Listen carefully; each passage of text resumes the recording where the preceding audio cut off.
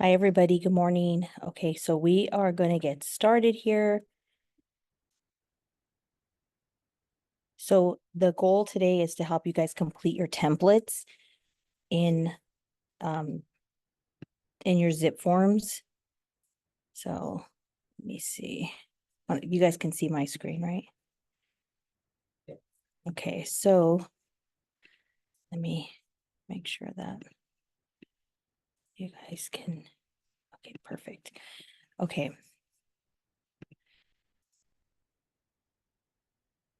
So let me go there. Okay. So in creating the templates we're going to work on buyers for RPAs. So what we're going to do is, and I don't want you to get it confused because a lot of times it happens. When you're creating a new transaction, you would obviously go here to transactions and then create new. But when you're creating templates, you're going to go to the next one on top, which says templates. It's right next to it. You want to make sure that when you're creating templates, this is something that you're creating as like a blanket, so that way you're able to just, select the template each time you're going to write an offer. But what I have seen sometimes is agents confuse it, and then they'll make a transaction a template. And so every time they go to use that template, it has not, has wrong information. So just make sure as you're getting used to it, that you are, right now we are creating templates. But once your template is created, then you will just go in and create a transaction each time you're going to write an offer. So we're going to start here with templates. So you're going to click templates, form and checklist. And as you can see, um, I have a lot of templates already that I have, but we're going to create a standard purchase template. So what you're going to do is you're going to select new, and then it's a new purchase. So then you'll select new purchase. And now you're going to enter your template name. This is important for you to name it, whatever you feel is important, so you're going to know what it is. So you can put, standard purchase. And standard purchase means it's not you know, a, a bank repo, a short sale, stuff like that. You can still use a standard purchase for one of those, because you just have to add the addendums, but you could also create a short sale purchase or a bank repo purchase or trust purchase if you want to get more detailed. So you could do that. But I always put standard purchase. And then I'm just going to put 8/2024, since we know that this is going to be the newest one with all the updates. And so then you'll select what category. So the most, it would be residential. Again, you can use it for multi, condominiums, other things too.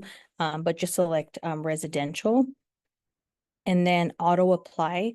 It says, I keep it on do not automatically apply this, because again, you don't know what template you're going to use on each transaction. So you can manually select it each time.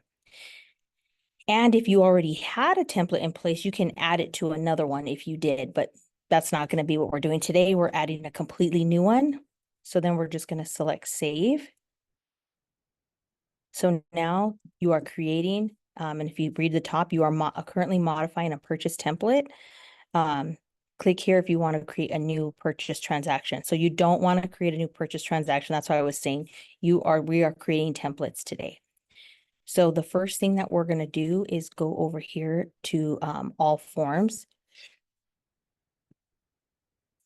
And then you're going to select the forms that you need in order to do this. And this is why it's going to save you time. So you don't have to imagine having to do this every single time you go in. You're going to do it once and that's it. So we're going to get the buyer representation, the California purchase agreement, and then the SPBB, and then everything else pretty much is included in the contracts and stuff, because it's multi-pages. You can include the SIP, which is if the seller is going to remain in possession after close of escrow. You can do that as well.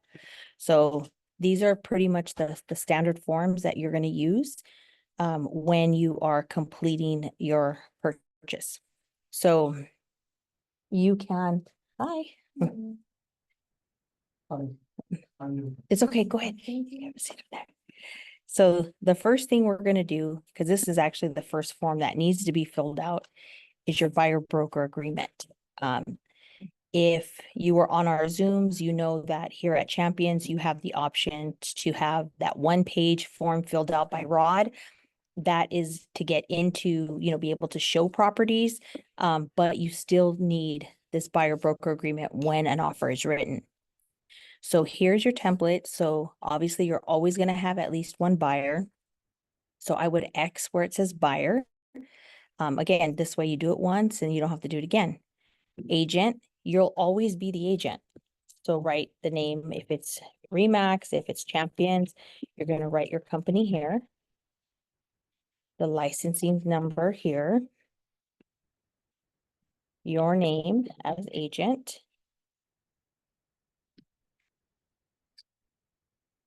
and then your license number.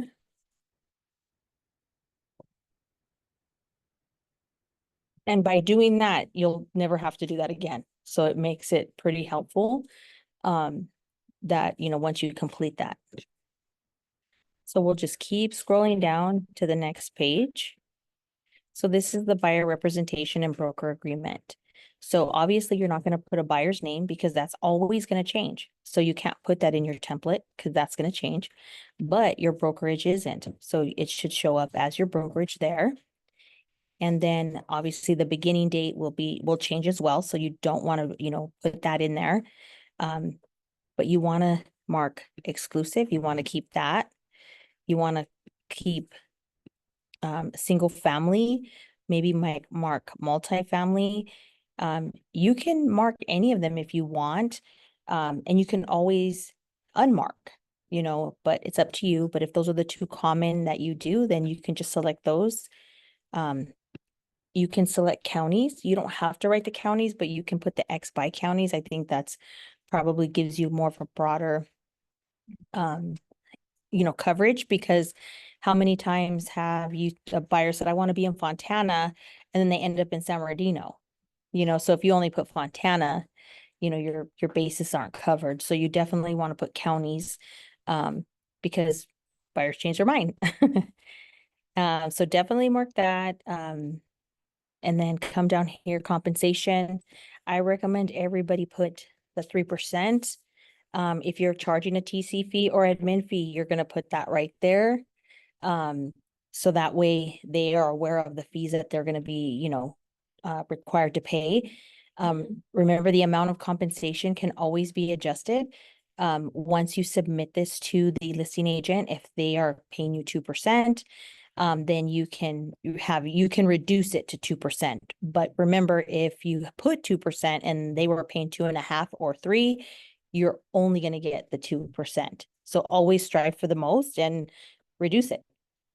In my opinion, I always put continue right to payment for broker involved properties, 180 days continuation period, because once this expires, remember, depending on how long they sign for, but let's say they only want to sign for 30 days, but you've already, showed them those properties. This is valid for 180 days after it expires. So just always, keep that in there. And that's really all that you have to fill out, as far as the buyer broker compensation. So that way that's ready to go once you open it up. Now, of course, if it's a particular buyer, that's why I recommend just using Rod's 1-page to show. That way, unless they're like, you feel like I have to get them to commit, because maybe they only want to put specified properties, then you can, under B1, you can put, you can mark there, like they only want to see 123 Apple Street with me, and that's it. They don't want me to represent them on anything else. Some might be very specific like that. So then you would just unmark everything else and then write in the property address. Okay, so then that's basically that.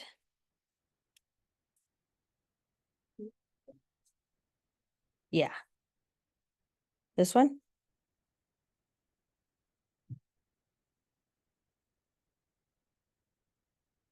This one?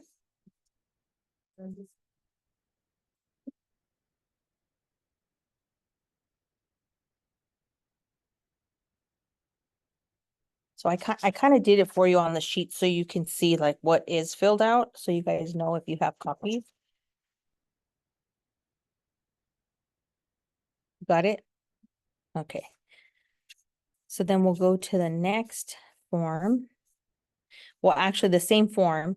If you notice, it does carry over to number 16, whatever you wrote in the front page as far as compensation, it carries it over to page 8 under number 16. And then just under broker signatures, make sure you put in your address. So that way you don't have to type this every time.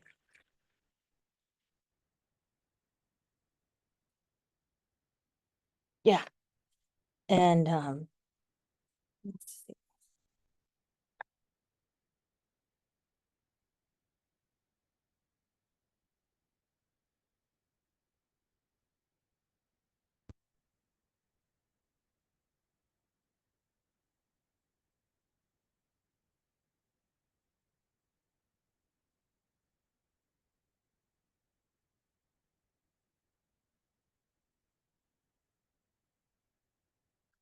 Your numbers. So 1786. Sonia, can I ask you a question?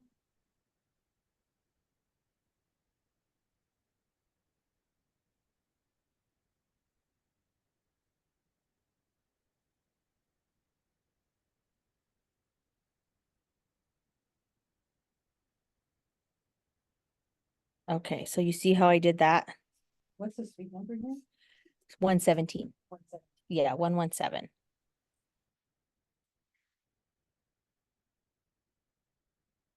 Okay, so then once you complete that, and like I said, remember the goal is just to complete as much information that's repetitive as possible, or to help you to remember what to ask. So then this next page, obviously we're not going to put anything because property address consistently changes, buyers change. So we'll skip that form. We'll skip the next form, which is the broker compensation advisory.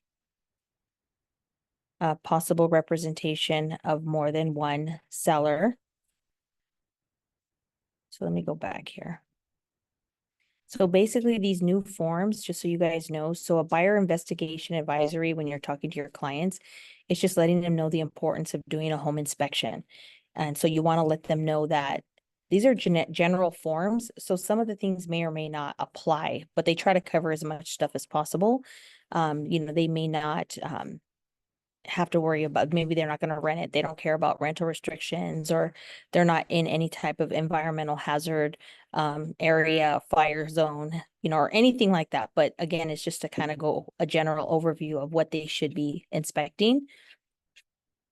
And then the broker compensation advisory, this just, again, now this is a new form, and it's just letting them know that when the seller lists their property for sale through a real estate broker, they agree to pay the seller's broker when escrow closes. So now it just talks about the importance of us having to negotiate, our fee to the seller. What So page are you on? Sorry. I am on broker compensation advisory. So we haven't went through the RPA yet.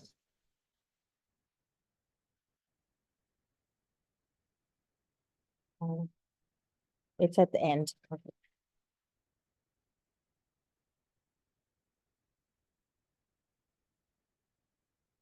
It's before the one. Hi. You got it? And so it's actually, let me see. I'll show you. I found it, that one, right? No, there's so many.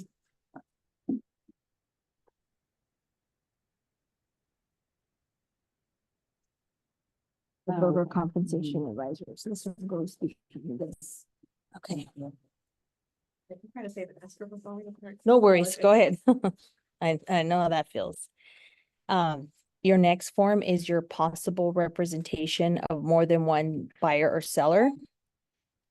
So the purpose of this form is just to let if you're helping a buyer or seller know that you may be assisting other buyers with the same criteria as them. You may have 4 buyers that are approved for 600,000, looking for 3-bedroom, 2 baths in the same area. So this is just letting them know that offers. It says right here, buyer is advised that seller or listing agent may disclose the existent terms or condition of buyer's offer unless all parties have signed a written confidentiality agreement. So you can actually discuss with your other clients what someone else is offering if they don't have that in writing. So on this form down here, you'll see again, all that's in here is your brokerage, which is correct because you don't know who the seller brokerage is and you don't know who the parties are yet. Okay, so then we go down to the California Consumer Privacy Act. Again, this form will be left blank as well because you don't know who the parties are. But the purpose of this form is just to let them know that their information is held confidential. You don't give their information, it's protected under the California Privacy Protection Agency. Okay, so there's that. So that is the entire buyer representation and broker compensation. So all of those, there's 14 pages with that. These have to be included when you submit your offer to the agent. Okay, so then we'll go here to California residential. This is the purchase agreement. So this will be page 1 right there where you're at. You can save it if you want to, yeah, but we're not done. So So these are just disclosures. yeah, they're all part of the RPA though. What has to go with your RPA? Yeah. So when you.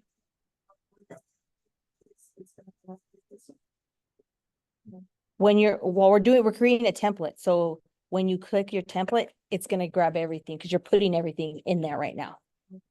Yeah. So you just like, you don't need to say everything like that one, you just.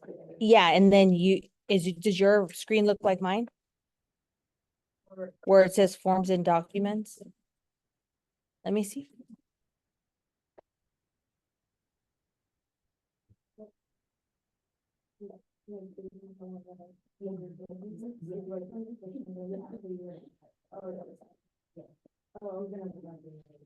Having issues with escrow or? We're trying to save it right now. Something wasn't turning on. No, we literally just opened yesterday. And my buyers are I-10. So, Oh. but they're coming in with 20%, so they were gonna put 150K down. So easy breezy, those get approved really fast. I'm gonna need you guys to, okay, guys, clean up time. Yeah, they like. Okay, so Okay, tomorrow.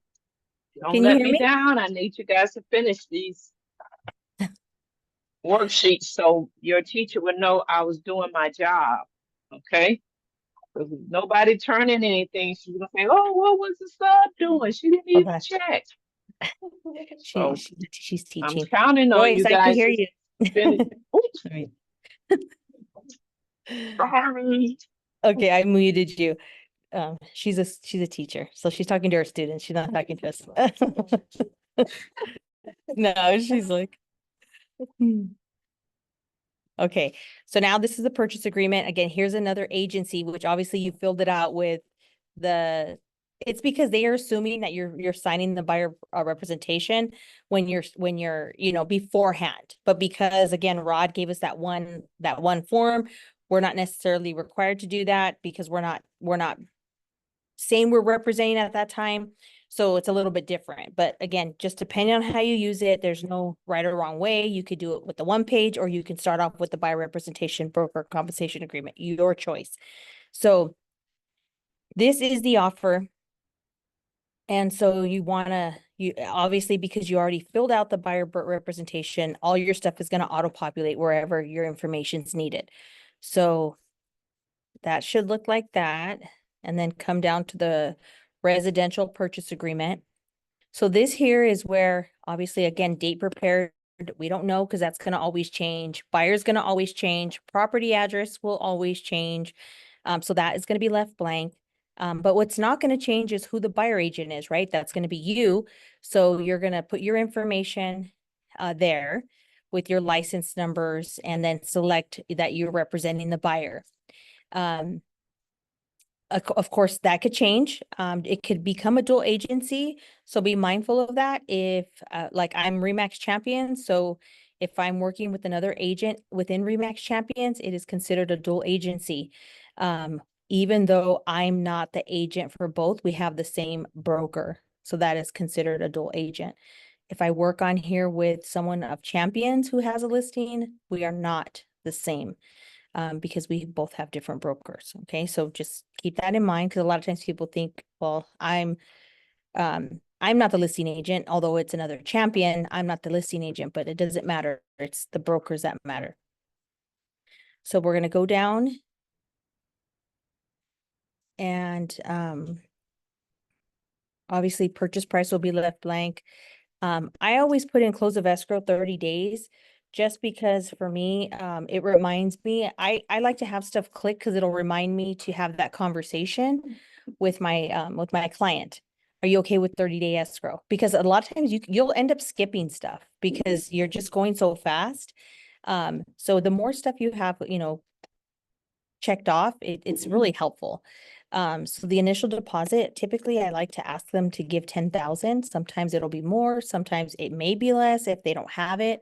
But that's usually my average that I like to ask for. So I'll put in 10,000. And again, what I do is I'll ask as I'm going through this because it's already filled out. Like I said, you're going to have these discussions each time you're talking, about placing an offer. Obviously loan amount's not gonna be there because you don't know how much they're putting down. So you're gonna go to the next page. Seller credit, I usually don't put anything here because right now we're not really asking for a lot of credits, but if you were asking for, if the buyer needed, let's say, closing costs, then this is where you would put it. But this is when you write your offer. You would just select here and then put the 10,000, or you can put a percentage if you know the percentage that a buyer is needing to help with their closing assistance. Sonia, my document looks a little different. What form is this? This is the RPA. Hmm.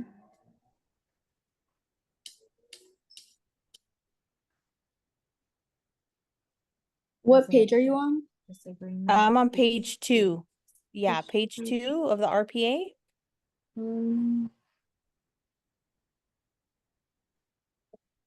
That's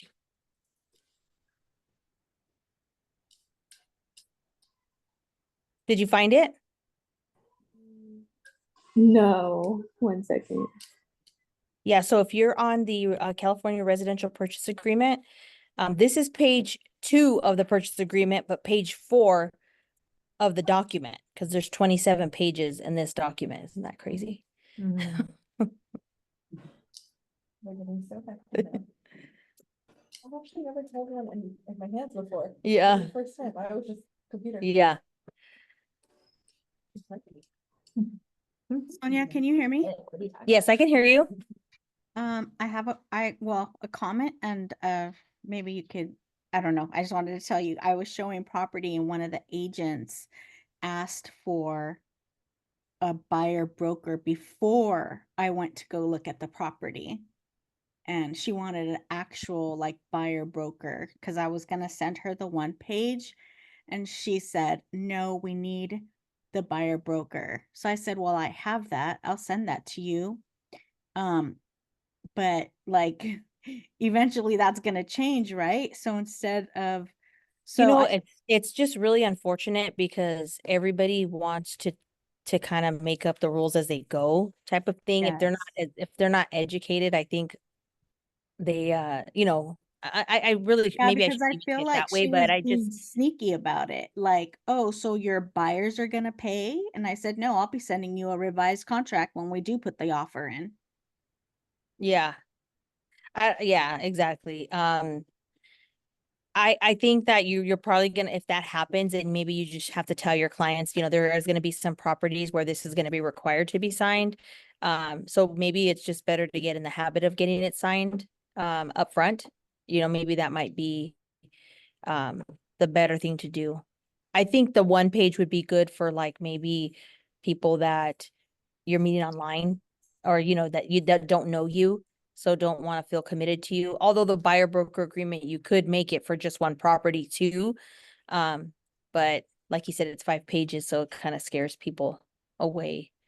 I had it signed and I did send it to her, but I called first. I called every property and asked what are the concessions gonna be for the Yeah. agent. And they all told me, even I guess her office as well. So when she called me back and said, "Oh, I didn't see the buyer broker," and I said, "I sent that to you," and I go, "But I just sent it to you because you requested it." And then she goes, "Okay, so I just want to make sure we're clear. Your buyer's gonna pay." And I said, "Oh no," I said, "I sent you the buyer broker because I had it signed already, but I said when we put in an offer, I will redo a contract." And I go, that's why I called. I said to make sure you guys were offering a concessions, because I'm not going to show property like if you're not. That's what I told her. And then she was like, oh, okay. But it was just, I just felt like she was trying to keep the commission and not have to give it to, me. So I was like, wow, okay. Yeah, yeah, that's interesting. Um, yeah, I mean, I think everyone's gonna try to do whatever, it's definitely a new day here, with all this going on. Um, I actually, just so you guys know, I have a listing and we got an offer yesterday. My seller originally was paying 2%, but obviously you can't see that anymore. The agent didn't call me to ask me how much. He just submitted his offer asking for 3%. I talked to my seller about it and she says, "You know what, Sonia, I'm willing to give him 2.5." So she actually raised her amount originally that she had agreed upon. And after we Wow. discussed it and everything else. So I think a lot of things can change. I love that. Yeah. So I really think, because depending on the motivation, maybe she was in a good mood that day. I don't know, but a lot of things can change. So, if an agent tells you, my seller's not willing to do this or that, I still say submit the offer. They have to present it, and let the seller decide. A lot of times agents like to be the bodyguard and decide for their client, and that's not the way it should be. This is the whole purpose of being transparent. So, um, so yeah, so don't be discouraged, when it comes to that. Like, especially if there's right now more homes are sitting on the market longer, sellers are wondering, where are all these buyers? Well, guess what? Here's your buyer, but it comes at a cost, Mhm. So, that's, that's kind of what I'm seeing. Okay, thank you for that, Eva. I appreciate it. So maybe, like I said, just get in the habit of doing the buyer representation so you don't have to go through that. And so here we are on page 4 or page 2 of the RPA. The next thing under G3, number 18, you want to select that. Seller agrees to pay the obligation of buyer to compensate buyer's broker. So this form you have to have included in your RPA as well. So make sure you click that, so that way you never forget that. And then you're going to go down here, and then on H3, verification of loan application, you can mark pre-approval. Hopefully all your clients are pre-approved before you're showing properties. So definitely mark that, so that way that stays there. The other thing, under contingencies, it's really up to you. If you want to lower the dates, typically I'll leave loan. Appraisal, sometimes if I'm trying to be a little bit more competitive, I'll lower it. But as far as investigation for properties, a lot of times I'll put it at 10, even sometimes 7, just depending on, again, how competitive I'm trying to be. You also, as a buyer's agent, want to know if your client's going to go through or not. So why wait? So definitely the sooner you can get them to commit and see the urgency of doing all their investigations is better for you as well. So don't look at it as like I'm cutting their time. They are still protected by their other contingencies, but this is just so that way, you know that you're moving forward. And then Sorry, so what did you say is the norm for like the loans? it's a defaulted at 17. So Oh, it's already defaulted. You can add to lower it if you want to.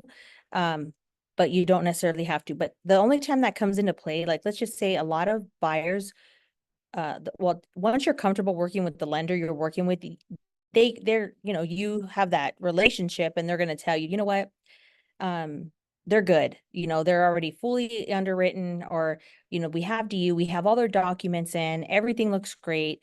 So there's no reason why, this shouldn't happen. So you can reduce it if you feel comfortable to make your offer competitive, maybe 14 days. If you wanted to, you can. It's just really up to you when you call the agent, and if they're like, send me your strongest offer. Remember, price isn't always the strongest. Price is definitely a motivating factor, but ultimately they want someone who's going to close the deal. And so the sooner the seller has their money, the better. So a lot of times these terms are more attractive when it comes to negotiating. So right now we know insurance is a huge, huge deal in California. So they added that. That wasn't on there before. And so now on 8D, you want to make sure you don't want to give them 17 days. You could even lower that to 10 days as well. And you can tell them, look, as soon as, we hang up, start shopping for insurance. Of course, they do need a property address, because if that home, there's been claims filed on it, maybe the home's not insurable. And you don't want to wait until, 18, 20 days in, and then you find that out. Like, you want to know right away if that property is insurable, or if it's going to be, if it's going to change their ratios, because maybe the lender quoted them $100 a month and now it's $400 a month. So there's a lot going on with insurance. So definitely make sure that gets done, within the first 10 days. In my opinion, I would do that. So review of seller's documents. Typically a seller has, usually they have 7 days to send you their documents, so that way you can review that. So you can shorten those days too if you want, because you don't want them to just sit on it and say, oh, I have 17 days to review those. You can make those actually line up with your home inspection contingency, which is 10 days. But remember, if you don't get the documents as you should, within that time period that a seller is allowed, you get 5 days automatically from the date of receipt. So if, let's just say, so let's just say someone doesn't give you the TDS until, 20 days in, although you had 10 days, you still have an additional 5. So again, working with your TC, they should be aware of that and be mindful of tracking your contingencies and making sure you have all your correct documents. The next thing is time in possession. So if you use M1 and don't put anything, then basically the buyer gets their keys on the same day escrow closes at 6 p.m. or upon recordation. So if we get recording confirmation at 2 p.m., they can rush and go get their keys. So you definitely want to mark 6 p.m. just because you, as a buyer's agent, don't want to be held. What if, you want to know, okay, it's going to be after 6 to plan your day, right? So I think it's good to keep that there. Or if it's a seller occupied property, you, what I like to do is put, check this, the 29 or fewer days, and then put, usually 3 days is a courtesy to a seller, to vacate the property. So this here would say 3 days after close of escrow, which would require you to fill out what's called the SIP form, which is also going to be in here. So that just allows the seller 3 additional days once escrow closes. Whether they need it or not is fine, but it's there for them in the event, they have, need more time to get out of the house. So again, by putting this on your template, it's just going to remind you to ask them, we're going to give the seller X amount of days. It's always better that you talk to your buyer up front. I always talk to the listing agent and ask, you know, is your seller going to be able to be out on the day, or are they going to need additional time? And the reason I do it that way is because I want to come to the buyer and discuss it with them and not them feel like, wait, what? I don't want to give no one free days. And, you know, it starts becoming that, you know, stress, and it shouldn't be. So I think if you educate them and let them know it's courtesy to give them some days. So let's say we give them this, and then, okay, that's fine. You know, they're going to be okay with that. And then coming down here, if the property is tenant occupied, you will definitely need to use the tenant occupied property addendum. That's so important. So always make sure that you are aware who is in the property, because that's going to determine which one you're marking here. Okay, so again, if it's tenant occupied, it's going to auto populate another form, and that form is going to go over what's going to happen to those tenants that's in the property. The next one is the documents, fees, and compliance, seller delivery of documents. So here they have 7 days. If you want, you can even make it 5. So that way you get those documents right away. There's no reason why you shouldn't get them usually within the first 3 days. So that way your clients have enough time to review everything. Okay, so then we go down. This here is a big one too. Items included. Always default to stove, dishwasher, microwave, video doorbell, and smart home control devices.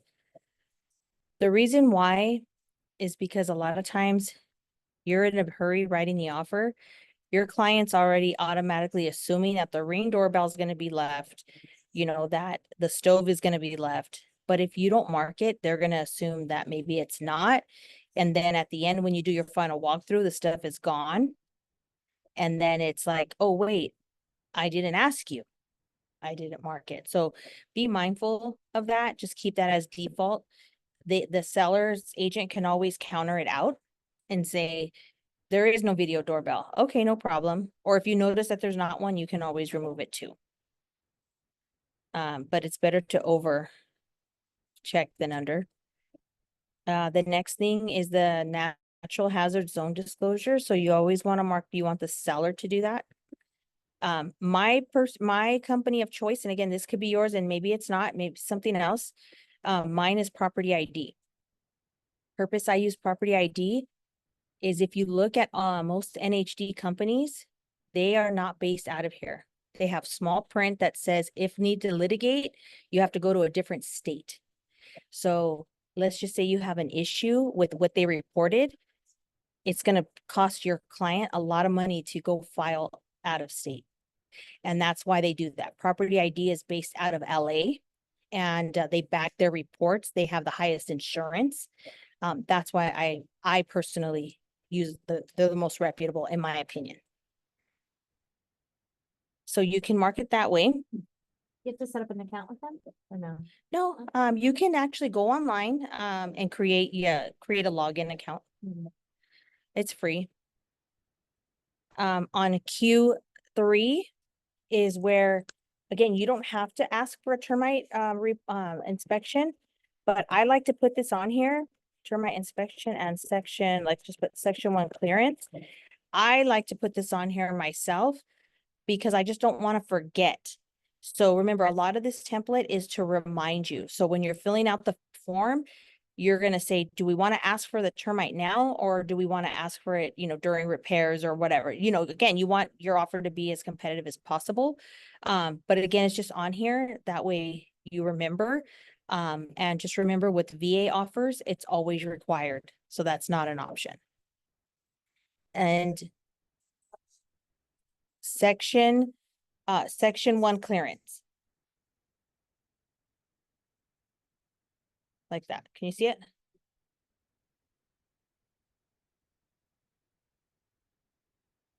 And then you go down to smoke alarms. Always seller, you want to make sure that they do the water heater bracing. You know, they're filling out disclosures saying that they are, so you want to keep that in there. I personally skip Q5 and Q6. The reason why is when you select those, it automatically makes the seller responsible for any repairs or corrective items automatically. And the reason I don't select those is because everything is negotiable and should be. So as a listing agent, I wouldn't put my sellers in that position. So I also advise the buyers that if there's something that comes up in their report, or let's say it's in an area, a city that requires a pre-inspection and stuff like that, like everything's negotiable. So we'll negotiate it at that time. And then we go to escrow fee. So each to pay their own. And usually what I put is I will put my escrow of choice. So legacy first escrow or seller's choice. This way they technically don't have to counter me because they can decide it's, their choice. But it doesn't hurt to put your company of choice. Owner's title policy, same thing, seller, and then you can pick the same thing, whatever you use.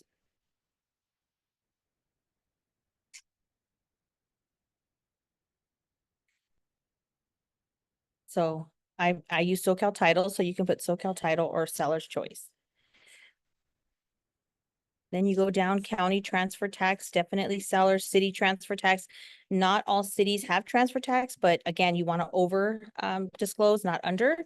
I always mark HOA transfer fees. If the home is not an HOA, I can have it removed, but let's just say I accidentally forget to have it removed and it's not in an HOA, it's okay. They'll remove it from the contract. But if I don't have it removed, if I don't mark it and it is in an HOA, guess what? Buyer's going to be responsible for those fees because the agent's not going to say, hey, I think you forgot to mark something that my seller should pay for. It's not going to happen.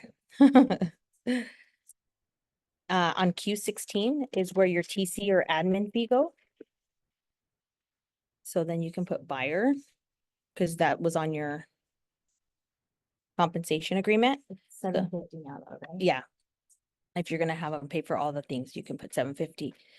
And then of course the home warranty, and be mindful, you guys, home warranty fees have changed. So make sure you are reviewing the pamphlet, carry one with you, go, download them. Probably, I would look at it at least once a month, to see the coverages, because people are still asking for 600. 600 gets you nothing anymore, so you definitely got to be in the 850 to get a decent, plan. So make sure that you are mindful of that, and then select your provider. And then if it has a pool, remember that's even more. So there's just a lot of add-ons. So just make sure you're looking at that when you're asking for your credit for the home warranty. And other terms here, you can put, this is where you can write notes to yourself. If you wanted to, maybe, pool to be, maintained or whatever, just like, to me, you can put stuff here if you feel like, because I always write my offers in the field. So a lot of times I'm in a hurry, I'm on my iPad.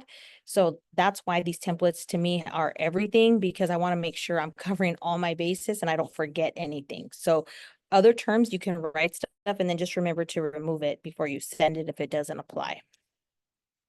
And then you go to the next page, and then here is where you would just select if there's any addendums that are to be included in this offer. So it's going to be, just dependent. Make sure you know if you're on a septic. Make sure is it a probate?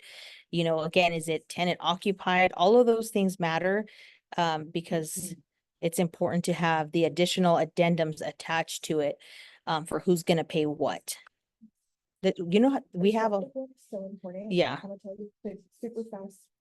I had a offer accepted. I didn't realize I had a septic. They were FHA, so they need a septic certification typically with FHA purchases, because septic certifications are like $1,000+. My buyers barely had enough for lo que se tenía que pagar, like barely, okay? So super important. Thank God that the appraiser took the old septic certification that was there from like 8 months ago, and he's like, it's fine, it's okay. But I was like, dang, I'm about to have to pay this for my commission right now. that's where I was, because it was my mistake, you know, it's not my buyer's mistake, I shouldn't have to have them pay for it. And I mean, they were not even gonna be able to pay for it, they didn't have money. So I was just gonna credit it out of my commission, so check to make sure that it has, if it's septic, you put that on there and you put that the seller's gonna pay for it if it needs to be certified, super important. Where would you Big put that? oopsie. There's a Is it- septic addendum, so it's right here. So under B, Oh, I see it. So when you select that, it auto populates a septic form, which you want to have it pumped, inspected, and certified. Yeah, there's different parts to it. So, okay, so that's a good question. So actually, Jennifer, had a lawsuit last year from a listing agent, one of ours, who did not know it was on septic and did not disclose it was on septic. So as a listing agent, you're required obviously to ask. So when you go to a listing, there's a form, and agents don't even know it exists, but there is a form that you can give to your clients for them to fill out what their property has. And I know I've shown that to you guys if you guys have been in my classes. So it's a input form. It's an MLS listing input form. And they initial it out the bottom, that what you're putting into the MLS was what they disclose the property has. So most agents don't fill that out. They just go back to their computer and then they're like, what kind of fence did it have? Oh yeah, I think it had this. Oh, I don't remember this. Or they leave as much stuff blank as possible. So you want to obviously pass that on to your clients, you know, because they're the ones that live there. They know the home more than you. You were there for 30 minutes. So there's that form. In the realist tax, it says if it's septic or sewer, but don't always count on that. Why? Because once your septic doesn't work anymore, sometimes cities stop giving permits to get a new septic. They require you to connect to sewer. So you really need to ask your client, you know, but if you ever see it septic on the, always check on the realist, or if your client rates, or not the client, but the listing agent says septic, just confirm with them. Are you, 100% sure it's septic? Do you know the last time it was, pumped? Or the last time it was certified? Because if someone living on septic, they should know. Oh yeah, I have this company I use. They come once every 5 years or whatever the case is. If they're like, I didn't even know, that's when you have issues. But definitely like she said, that's super important. And be mindful of that. So now we're gonna just keep going down. Tony, how about all the new forms? Are they included in it? Are they Yeah. included in there? Which new forms? You know, we have to put like additional forms on here. Yeah. Yeah, they're in here. I'm Yeah. still going down. oh, so earlier she had you click where it said, here, I'll just show you. You have you click this right here, where it says seller agrees to pay for the obligation, so when you click it, the document, the system will automatically add that document to this form, so it's gonna be at the very, very bottom. So you probably explain all of that. Yeah. Okay. So then we're going down to the bottom where it's real estate broker section, which is page 19 of the document, or page 17. It's the last page of the RPA, where your information is just filled out. You just want to make sure your information is filled out there, because again, that's something that is always going to remain the same. You're going to go down. We already went over a lot of this. We're going to go over twice because they have the same forms. And look at buyers, homeowners, insurance advisory. That's what we talked about.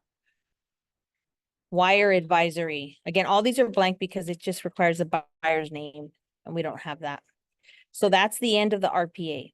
So the next form is the seller payment, which is the Spbb.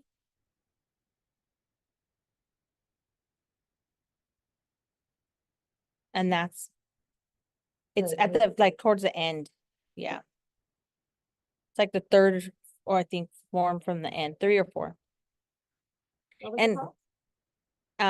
that's the one that you showed me.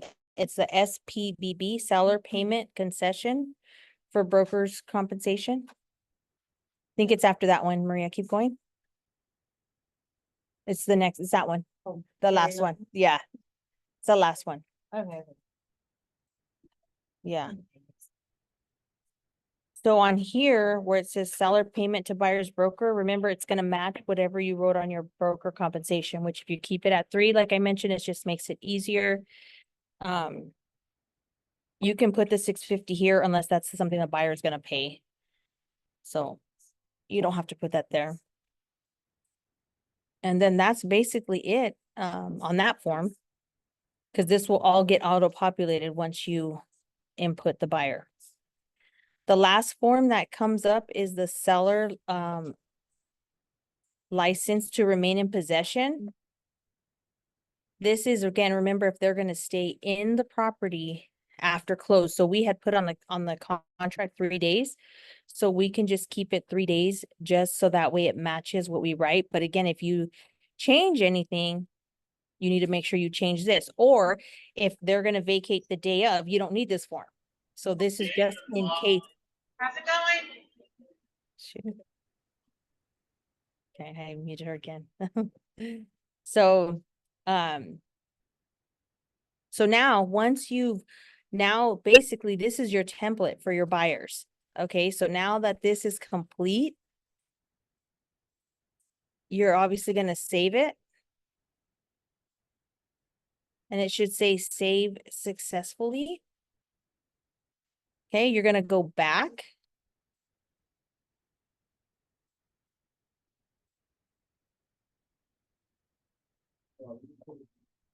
And if you notice, all of that's there. And you're still in your template.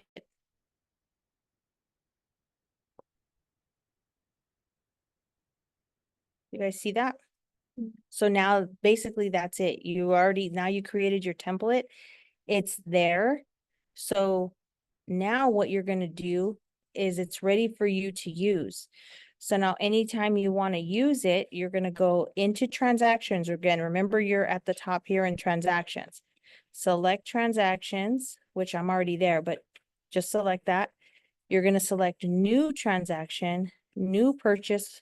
And then down here where it says select templates, this is where you're going to look for your templates. And if you notice, this is where I put it, standard purchase 824.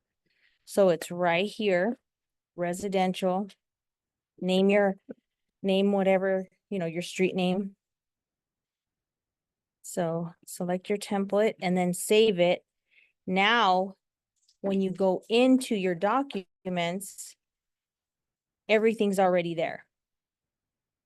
So all you basically have to do is, if you see that MLS Connect right there, select MLS Connect and put in your MLS ID, and it'll auto-populate all of the property information.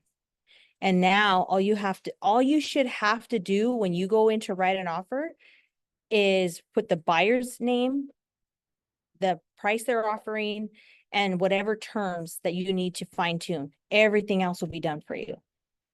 So it makes it really fast and easy, and hopefully it helps you to not forget to mark certain things. And like I said, it's ready for you. It's ready to go. So does anyone have any questions on how to create a template? I have a question.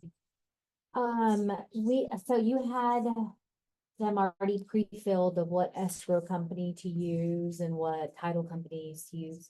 We are subject to use whatever we want, right? Yes. Okay. Yeah. Just wanted to know. And So- how do you go by choosing a good escrow company, like when you're interviewing them, or a good Well- title company, or? Yeah, well, we're like, are you doing what you need to be doing? Yeah. Because no, they're great. I mean, obviously I've been doing this for a long time, and you just have to find the right fit. Like there's 5 different ones. So you have to find who is your personality, because this one might not be, but this one is on the same page as you, works like you, has that same, energy as you, like, Yeah. you don't want to work with someone where you're feeling like, did you do this? Did you do that? You know what I'm saying? So you'll find your match. Definitely that's important. And on week 5, you're going to get to meet everybody and stuff like that. So you get to meet, the different escrow officers. Okay. So. And same thing with title. I mean, you have to, decide who, it's not just about, hey, give me the business type of thing. I mean, I've been doing this for a long time. I personally use Marlena. I've used her for 15 years. Before that, I had 5 different people. Whoever came in, I would give them an order. I wasn't loyal to anybody. And that ended up biting me in the butt. When I really needed something on one of my files, I realized who was there. And so that's when I realized the importance of relationship. And so we had an understanding, and our business relationship grew from there. So again, it's just important to have those conversations, because you don't really know that you need title until you need title, until you need it. And so when you go through those issues, there's a lot of things that can go wrong on title, but a lot of times we don't see that because things are pretty smooth. But when there is an issue, there's an issue. So you want to know that they're going to back you up and help you get through it, not just, we can't do it. So, but like I said, we'll go more into that. Sonia, can you please go over the first page of the RPA again?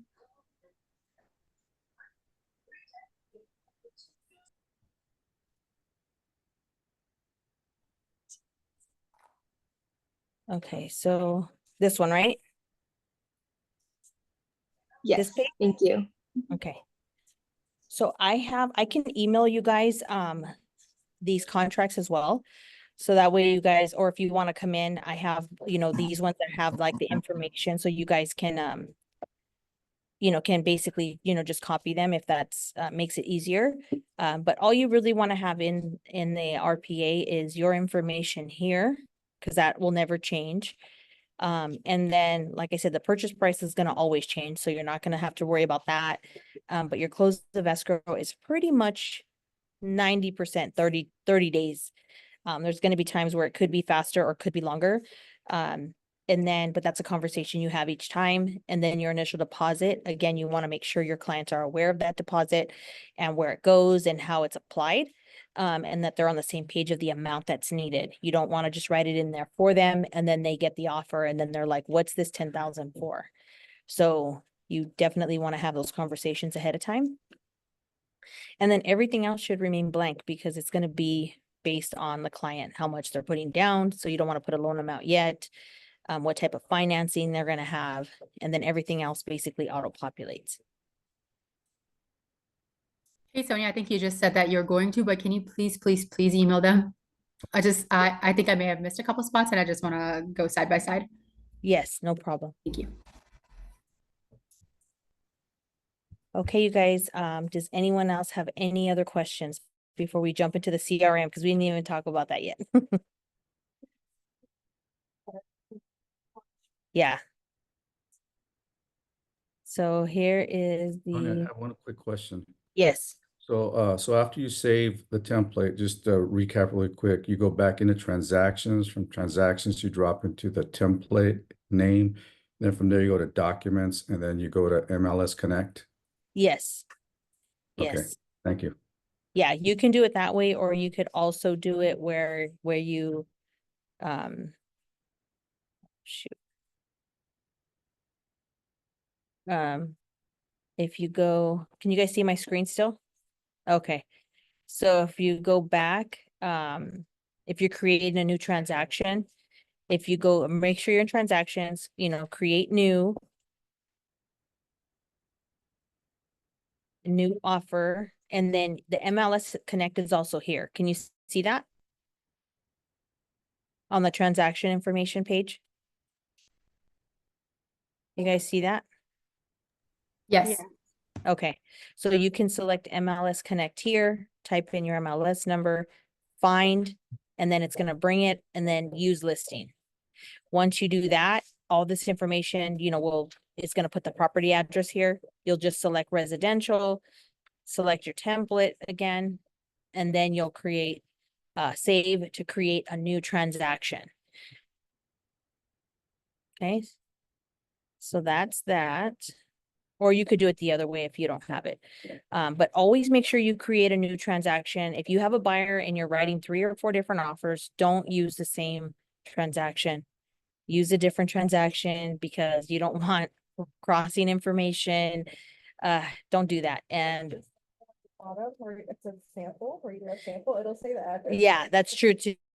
But you don't want to cross that. And then also, I like to name, if you notice, my list of transactions, they're the property address. I don't name it my client's name because if you write 5 offers for them, you're gonna be like, which is what, and it just becomes a mess, I think personally. So I prefer to write the address name. And then you can also, just so you guys know, to make it simple too, you can add your parties here.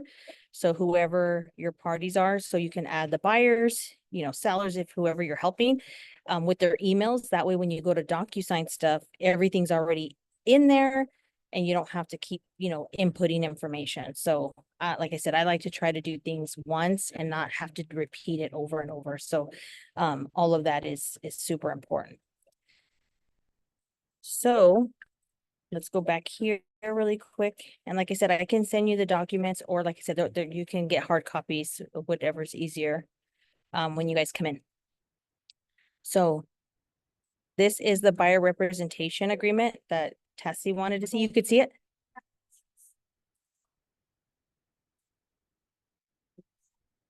CFR, where's that at? SFR? You can choose multiples. So it says single family residence. Oh, it says excluded, huh? Oh, okay, I didn't even see that. Like you said that, yeah. So it automatically defaults to SFRs, condominiums, manufactured homes, or if checked, multifamily, residential with 2 to 4 units. So select the multifamily because you never know, there could be a house that has a ADU on it. And let's just say they want to get technical about it being in there. So just select the multifamily. Thank you, Tassie, for noticing that. Because to be honest, I think I filled out one yesterday with Dury, but I haven't actually filled out any. I'm helping more sellers and buyers right now, so I haven't filled that out. Thank you for that. So uncheck that, you guys.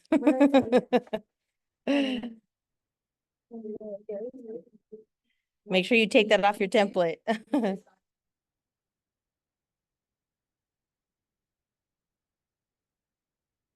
And then if you guys need to go back, just let me show you, since this is just happening here. If you need to go back and change your template, you can always update it, just so you guys know. So like, let's say the form changes and you need to change it, you can always go in there and rechange it. Just make sure, again, you're in templates, you're not in the transaction, because it's not going to change it.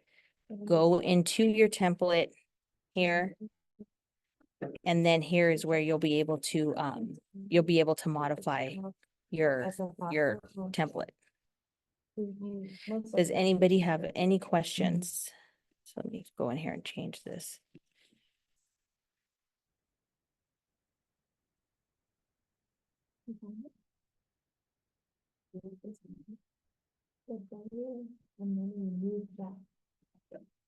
Yeah, remove that check, yeah. So let me remove it from this template. Save. There we go.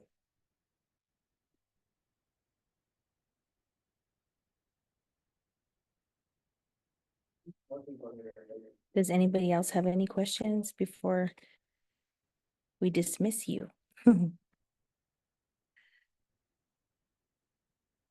Okay, guys. Well, thank you guys so much for joining. I will be sure to send you guys those contracts. I'll send them to you, and we'll see you guys Monday. If you have any questions, let me know.